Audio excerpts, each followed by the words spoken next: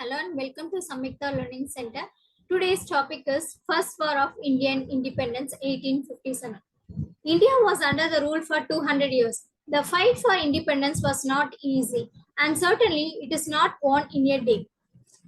Many revolts were won and lost that led to the movement of independence for India. One of the major revolt was the Sipai Mutiny. It is also called as the Revolt of 1857. So in this video, you will learn about the Revolt of 1857, its causes and failures, and how it became the forerunner of the Indian national movement. So coming to the introduction, Revolt of 1857 started on 10th May 1857 by Sipai Mutiny in Meerut. This revolt lasted for a year but not successful. It is an important watershed event in the history of freedom struggle. It is because of the two reasons. First one is it ended the East Indian Company. Secondly, it sowed the seeds of the Indian nationalism. There are multiple causes that led to the revolt of 1857. First, we'll see about the East Indian Company. This East Indian Company is a trading company. So this East Indian Company established itself as a political power in the year 1722 AD. This East Indian Company's motto was to derive the benefits from the Indian territory, not to improve the lives of the people. So this East Indian Company introduced many expansionist and unjust policy to fulfill their intention of becoming power in India. So they gained the political power from 1757 to 1857. During those times, religious political violence, tribal movements, peasant uprising, and civil rebellions arose. All these violence and movements were suppressed as it is localized. Due to this policy, exploitation and administration innovation over the years affected the position of the rulers, sepoys, zamindars, peasants, artisans, and pandits. Now let us see the causes of the revolt.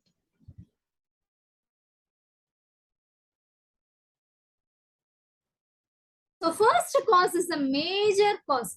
English East Indian Company led to the economic exploitation of the country by British. It completely destructed the traditional economic fabric. Both improvised vast means of the peasants, artisans, and handicrafts. Economic cause is due to the heavy taxation and introduction of the policies like right quarry and permanent settlements.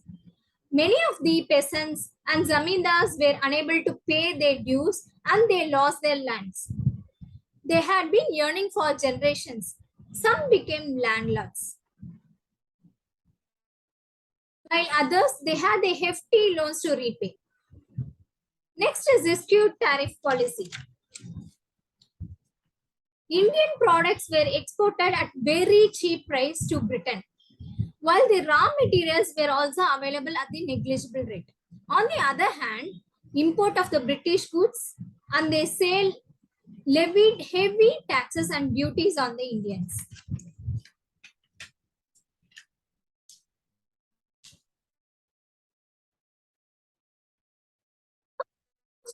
Industry is destroyed. Due to the discriminatory policy, tariff, rules, and Indian artisans, zamindars, peasants, and traders were suffered a heavy loss. Local industries and handcrafts were destroyed completely. Next is the political cause. One of the major causes was the policy of doctrine of lapse. This doctrine of lapse was implemented by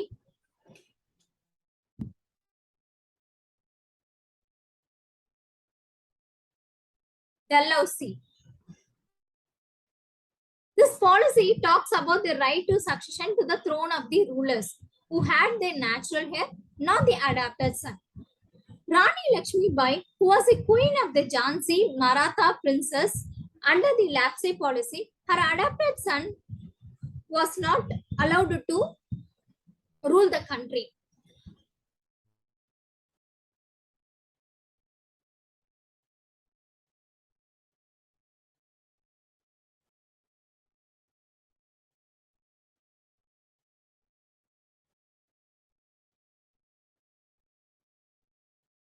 Nana Sahib forced her father Bajirao to last Peshwa Nana Sahib was denied a pension by British.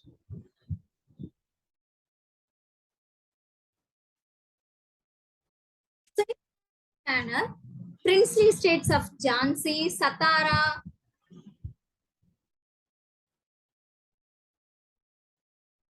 Udaipur, and Jaipur also annexed. So this waved the great anger in the rulers. Next, we are going to see about the subsidiary alliance.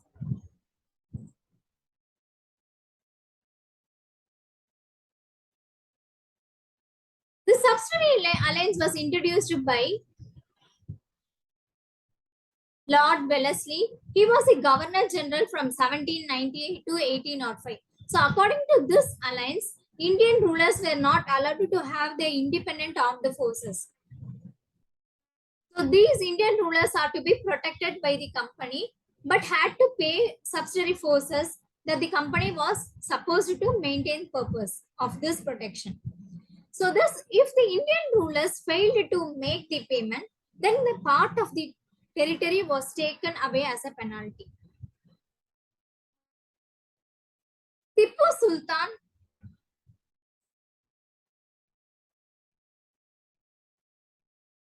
Kingdom of Mysore was against this alliance, but after its defeat in the Fourth Mysore Anglo War, Mysore was forced to join the alliance.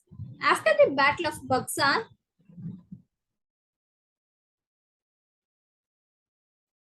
Kingdom of Awadh was the first to enter the alliance through the Treaty of Allahabad. Nizam of Hyderabad accepted a well-framed subsidiary alliance in 1798. After the Third Maratha War, Maratha Bajirao too also accepted the subsidiary alliance. Other states which accepted the alliance are the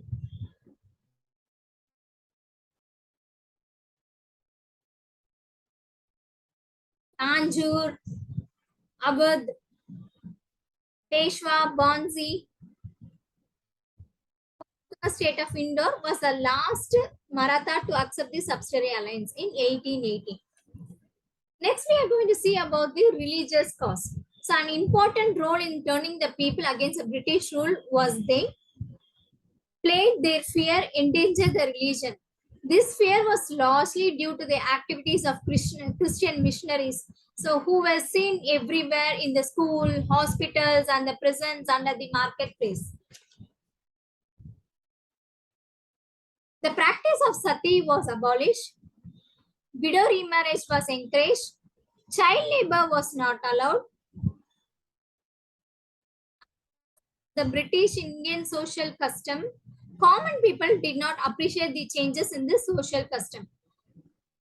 Westernization was also brought by the British, taxes on the mosque and temples. In 1850, Lex Loci Act was passed. It permits the Christian to retain their right to inherit property from the parents or the ancestors. Next is the military cause. So in this military cause, the Indian soldiers were ill-treated. They were given low salaries, and they don't provide with these special allowances, and they'll give the low promotion, low chance of the promotion. That is a high post given to them is the Subedar.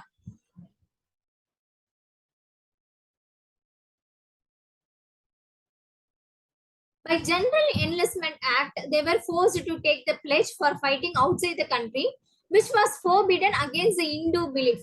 No use of the religious symbols.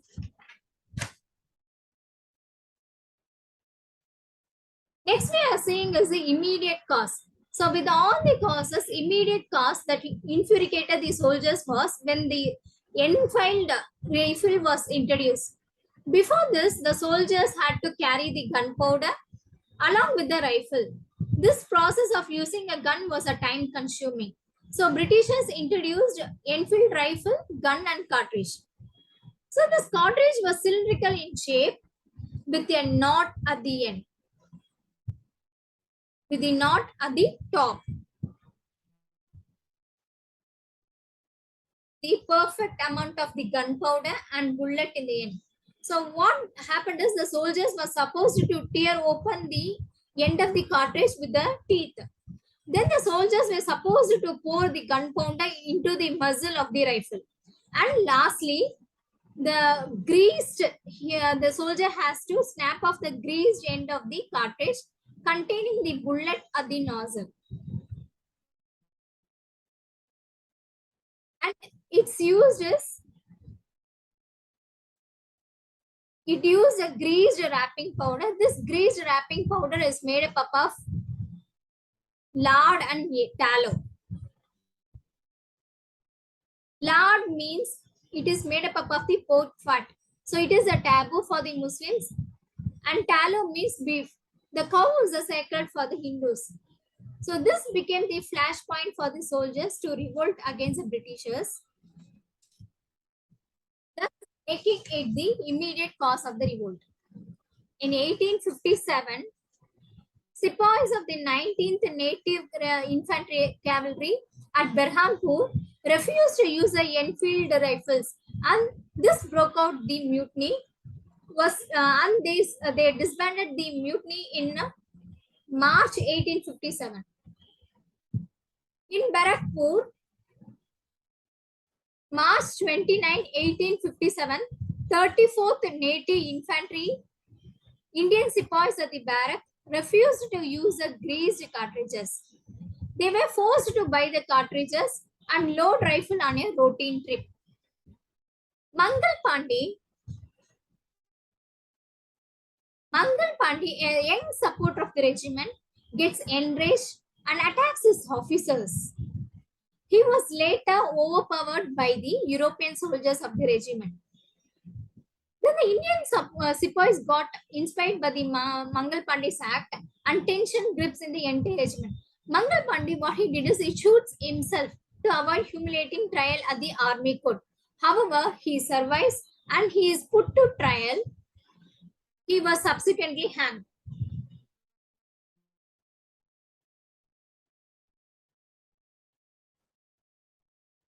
In Meerut, 9th May 1857,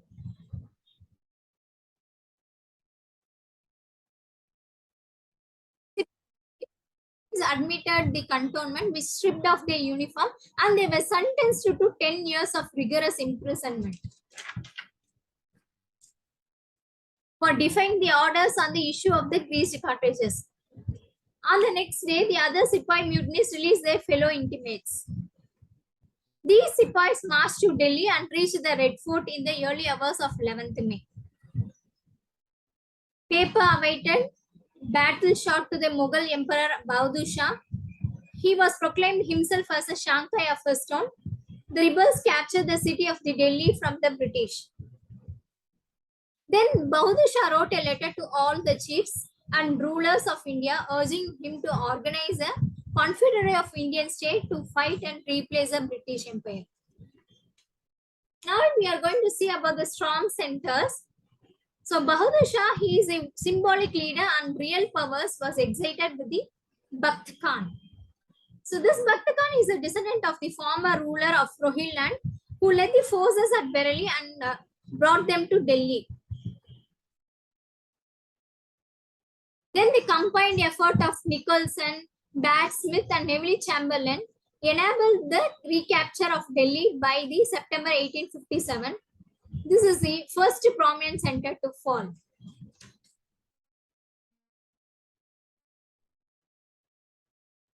Then Bahadur Shah was exiled to Rangoon and he died in 1862. While Bakht Khan, he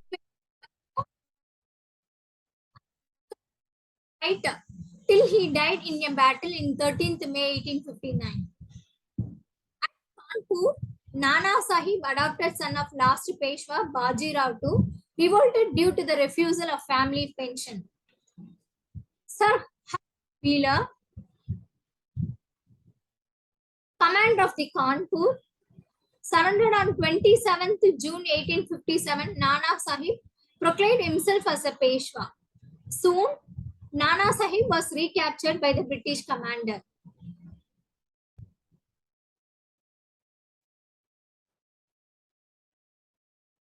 Tope, supporter of the Nana Sahib, joined Rani Lakshmibai after the fall of the Nepal. But after he lost the Gwalior, he escaped into the jungles of the central India. And then he carried a guerrilla warfare against the Britishers. Then he was betrayed by his British. Then he was betrayed against his. He was betrayed by a Zamindar friend, and he was put to death. Beham Asrat Mahal, she revolted in the Lucknow and suppressed by the Colin Campbell. This Beham Asrat Mahal was compelled to hide in Nepal. Next is Maulavi Hamadullah of Faizabad organized rebellions and he fought against the Britishers and he was killed by the Raja of the Puvain and he was rewarded 50,000 by the British. Next, Lakshmi Bai revolted in Jhansi as a result of annexation of the Jhansi and it was suppressed by the Hagros. Khan Abdur, he is the last descendant of the last independent Rohilla leader, was a British prisoner at Bareilly. This revolt provided him an opportunity to claim his ruling rights over his territory. Revolt of Haraha, led by Kunwar Singh, Zamindar of Jagdishpur. One great leaders of revolts fell. So the revolt was brutally suppressed. The Mughal Empire was officially abolished. Then British assumed the direct rule of India's Queen Victoria's proclamation, 1858, to be the first Empress of India. This was announced by the Lord Canning at Darbar in Allahabad. Now the British no longer trusted India. Now we will see about the results for the failure of the revolt of 1857. There are the three failures. First one is administrative failure, second one is a military failure, and third one is a lack of unity. So as a result of the administrative failure, there is no planning before this revolt. So everyone were fighting without any leadership. Bahadur Shah was the leader, but he had no powers. So then the revolt was directionless without a strong leader. Second one is a military failure. Actually, the British army was superior in every sense. Then this British army had unlimited supplies of ammunition and no figure from the Indian side. And the sepoys too were not organized. Third one is a lack of unity. Rajputana did not participate in this revolt. So, and they accepted the subsidiary alliance. Then this revolt, mostly it occurred in the North India centric. In North India also, everyone was fighting for their own cause, not for the sense of nationality. So the Great Uprising of 1857 was an important landmark in the history of the modern India. Even though this revolt of 1857 failed to overthrow the British rule, it helped in developing a nation spirit, generating the feeling of oneness among the people of country, inspired the subsequent stages of the freedom struggle.